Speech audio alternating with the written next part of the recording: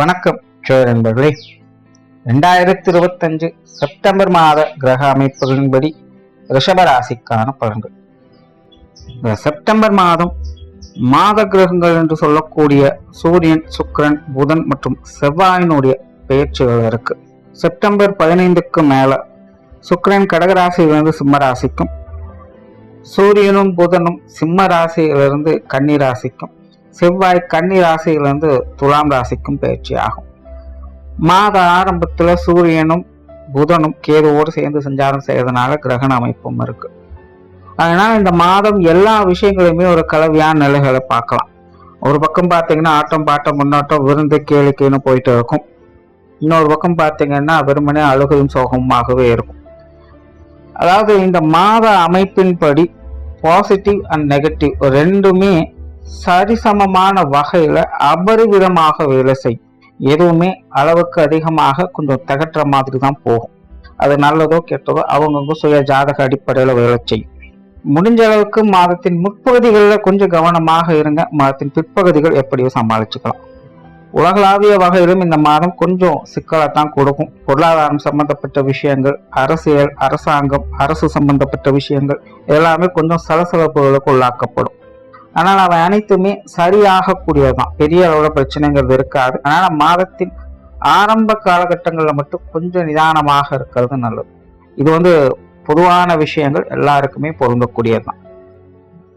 இந்த மாதம் உங்களுடைய ராசிநாதன் ராசிக்கு 3ஆம் இடத்திலிருந்து மாதத்தின் பிற்பகுதியில 4ஆம் இடத்துக்கு செல்றாங்க. உடன் கேது ஒரு சேர்க்கையும் இருக்கும். தவிர மற்ற கிரகங்களுடைய அமைப்பும் பார்த்தீங்கன்னா சில விஷயங்கள் பாசிட்டிவா இருக்கு, சில விஷயங்கள் நெகட்டிவா இருக்கும். ஆக ரிஷபராசிக்காரங்களுக்கு இந்த மாதம் அனைத்து விஷயங்களுமே ஒரு கலவையான நிலைகள் தான் இருக்கும்.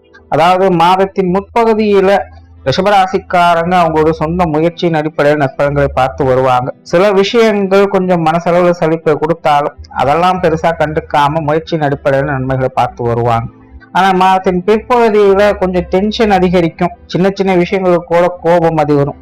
சாதம் இரண்டால் காடு கொள்ளாதுன்னு சொல்லுவாங்க. அந்த அமைப்பை ரிஷபராசிக்காரங்கிட்ட இந்த மாதம் பார்க்கலாம். அதாவது ரொம்பவுமே அமைதியா இருப்பாங்க. மனசுக்குள்ள ஒரு மாதிரியான வெறுமை அதிகரிக்கும். எதை எடுத்தாலும் கொஞ்சம் சலிப்பு தட்டும். அதனால அமைதியாகவும் தனிமையா இருக்கணும் தான் ஆசைப்படுவாங்க. ஆனா கூட இருக்கிறவங்க ஏதோ ஒரு விஷயங்களை சொல்லி தேவையில்லாத ஒரு விஷயங்களை செஞ்சு தேவையில்லாத விரயங்களும் செலவுகளையும் ஏற்படுத்திக்கிட்டு இருப்பாங்க. நிம்மதியா இருக்கலாம்னு பார்த்தா தேவையில்லாம இப்படி குறைச்சல் கொடுத்துட்டு இருக்காங்களே அப்படிங்கிற மாதிரி கூட இருக்கிறவங்க கிட்ட கொஞ்சம் எரிஞ்சு விழுவாங்க. அது வீட்லயும் சரி, வெளியிலயும் சரி, வேலை செய்யக்கூடிய இடங்களையும் சரி. ரிஷபராசிக்காரன் கொஞ்சம் உணர்ச்சி வயப்பட்டு கோவப்பட்டு பேசவோ செயல்படவோ வாய்ப்புகள் அதிகமாகவே இருக்கும். அதனால ரிஷபராசிக்காரங்க முடிஞ்ச அளவுக்கு நிதானத்தை கடைபிடுங்க. சூழ்நிலை சந்தர்ப்பங்களை பார்த்து அனுசரிச்சு போங்க. எதுவுமே நிரந்தரமா இருக்க போறது இல்லை. இப்போதைய நிலையில தான் கொஞ்சம் இம்சை. அதனால எதுவாக இருந்தாலும் காலம் கொஞ்சம் மாறட்டும். பொறுமையா இருந்தீங்கன்னா நன்மைகளை எதிர்பார்க்கலாம். இப்ப இதெல்லாமே ரிஷபராசிக்காரங்களுக்கு மாத்தின் பிற்பகுதிகளை தான் கொஞ்சம் டென்ஷன் அதிகம் கொடுக்கும். மாத்தின் முற்பகுதிகள் கொஞ்சம் சமாளிச்சுக்கலாம். சில விஷயங்கள் கொஞ்சம் டென்ஷனை கொடுத்தாலும் கூட அதை சுதாரிச்சுப்பாங்க. ஆனா மாதத்தின் பிற்பகுதியில அதை அப்படி பண்ண முடியாது. மனசுல தனிப்பட்ட முறையில கொஞ்சம் சஞ்சலங்களும் குழப்பங்களும் அதிகரிச்சுக்கிட்டு தான் இருக்கும். எதையும் எடுத்தவங்க செய்ய முடியாது. பொதுவாக வேலை செய்யறதுக்கே பிடிக்காது. எதை எடுத்தாலும் மனசுக்குள்ள சலிப்பு தட்டிக்கிட்டே தான் இருக்கும். நல்லதோ கெட்டதோ காரியம் பாட்டுக்கு நடந்துகிட்டே இருக்கும். ஆனால் மனது எதையுமே ஏத்துக்காது, எதுலையுமே இன்ட்ரெஸ்ட் எடுத்துக்காது. வெறுமையும் தனிமையும் தான் இருக்க செய்யும்.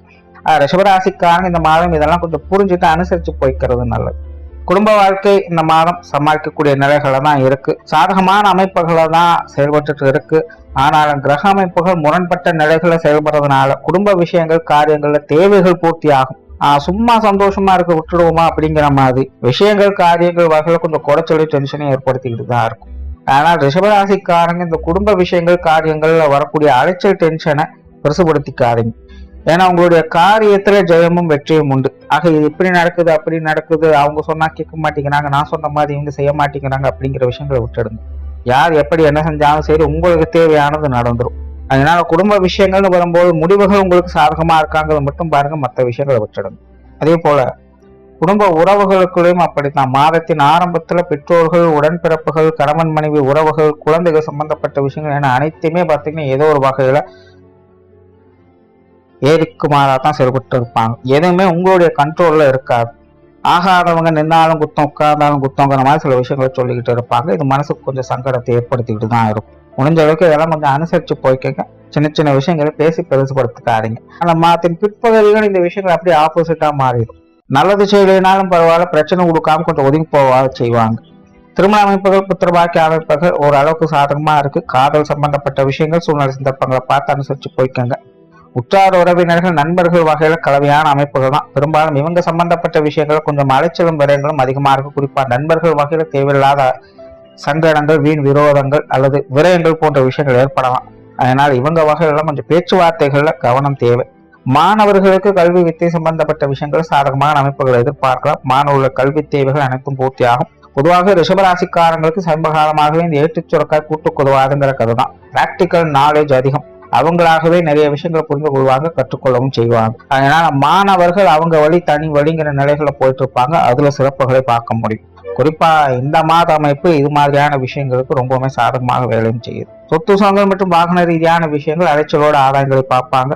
குறிப்பா ரிஷபராசிக்காரங்களுக்கு இந்த மாதம் அது சார்ந்த விஷயங்கள் ஈடுபாடுகள் இருக்கும். ஏதோ ஒரு வகையில் உங்களுக்கோ அல்லது உங்கள் குடும்பத்தாரை சார்ந்தவங்களுக்கோ பார்த்தீங்கன்னா சொத்து சுகங்கள், வாகனம் சம்பந்தப்பட்ட விஷயங்கள், ஆடை ஆபரணங்கள் சம்பந்தப்பட்ட விஷயங்கள் ஏதோ ஒரு வகையில் தொடர்புகள் இருந்துகிட்டே இருக்கும். இது எதுவுமே பார்த்தீங்கன்னா எடுத்தவங்க ஒருத்தவங்க முடிக்க முடியாது. நம்ம ஒன்று நினைக்க தெய்வம் ஒன்று நினைக்குதுன்னு சொல்லுவாங்க. நார்வர்க்கழகம் நன்மையில முடிங்கிற ஆரம்பத்தில் கொஞ்சம் சங்கடத்தை கொடுத்தாலும் கடைசியில் உங்களுக்கு ஏதோ ஒரு வகையில் ஆதாயத்தை கொடுத்துதான் முடிக்கும். ஆனா அலைச்சலும் டென்ஷனும் தவிர்க்க முடியாது. உடல்நலம் சார்ந்த விஷயங்கள்ல கவனம் தேவை. பொதுவாகவே ரிஷபராசிக்காரங்களுக்கு உடல் அலைச்சல்கள், உடல் சோர்வுகள் அதிகமாக இருக்கும். அது போக உடல்நல உபாதைகள் அப்படிங்கிறதும் நிறைய பேருக்கு தவிர்க்க முடியாததாக இருக்கும். ஏற்கனவே ட்ரீட்மெண்ட்ல இருக்கக்கூடியவங்க இந்த மாதம் கூடுதல் கவனம் தேவை.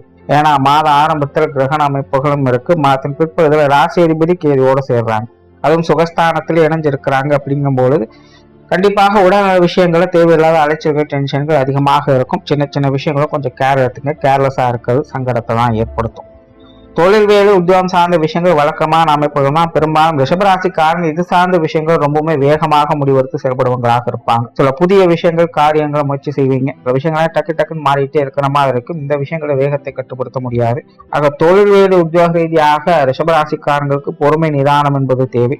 வாடிக்கையாளர்கள் சம்பந்தப்பட்ட விஷயங்கள், பார்ட்னர்ஷிப் சம்பந்தப்பட்ட விஷயங்கள் இது எல்லாமே பார்த்தீங்கன்னா ஒரு அளவான நிலைகள்ல தான் வேலை செய்யும். சில தவறான புரிதல்களால தேவையில்லாத சங்கடம் பார்க்க வேண்டியதாக இருக்கும். நீங்க ஒரு விஷயத்த சொல்லியிருப்பீங்க, அது அவங்க காதுக்கு போய் சேரும்போது வேற மாதிரி போய் சேரும். அதெல்லாம் கொஞ்சம் கவனமா பார்த்துக்கோங்க. வெளியூர் மற்றும் வெளிநாடு சம்பந்தப்பட்ட விஷயங்கள் சாதகமாக இருக்கு. இது சார்ந்த விஷயங்கள் உங்களுடைய முயற்சிகள் நல்ல பலனை கொடுக்கும். இது சார்ந்த விஷயங்கள் சில ரொம்ப நாள் நீங்க ட்ரை பண்ணிட்டு இருக்கீங்க அப்படின்னா இந்த மாதம் பார்த்தீங்கன்னா டக்குன்னு முடிஞ்சிடும். இங்க எதிர்பாராத வகையில் சில நல்ல செய்திகளை எதிர்பார்க்கலாம். பொருளாதாரம் சம்பந்தப்பட்ட விஷயங்கள் இந்த மாதம் அளவான அமைப்பு தான். கொடுக்கல் வாங்கல் விஷயங்களையும் கொஞ்சம் கவனம் எடுத்துக்கங்க. குறிப்பாக இந்த காசு பண விஷயங்களால ரிஷபராசிக்காரங்களுக்கு தேவையில்லாத மனச்சங்கடங்கள் அதிகரிப்பதற்கே வாய்ப்பு இருக்கு. முடிஞ்ச அளவுக்கு இது சார்ந்த விஷயங்களை கவனம் தேவை. இந்த கடன் சார்ந்த விஷயங்கள்லாம் கூடுதல் கவனம் எடுத்துக்கங்க. தேவையில்லாத பேச்சுக்களை வளர்த்துக்காதீங்க. ஓராள ரிஷபத்தை பொறுத்த வரைக்கும் இந்த மாதம் எல்லாமே ஒரு அளவான அமைப்புகள் தான். மாதத்தின் முற்பகுதியில் முயற்சியின் அடிப்படையில் எல்லா விஷயமும் சமாளிச்சுக்க முடியும். ஆனா மாதத்தின் பிற்பகுதியில் மட்டும் எல்லாத்தையுமே விட்டு கொடுத்து அனுசரிச்சு போக வேண்டியதாகத்தான் இருக்கும். முடிஞ்ச அளவுக்கு உணர்ச்சி வயப்பட்டு செயல்படுறதை தவிர்த்துக்கங்க. நன்றி, வணக்கம், வாழ்க வளமுடன்.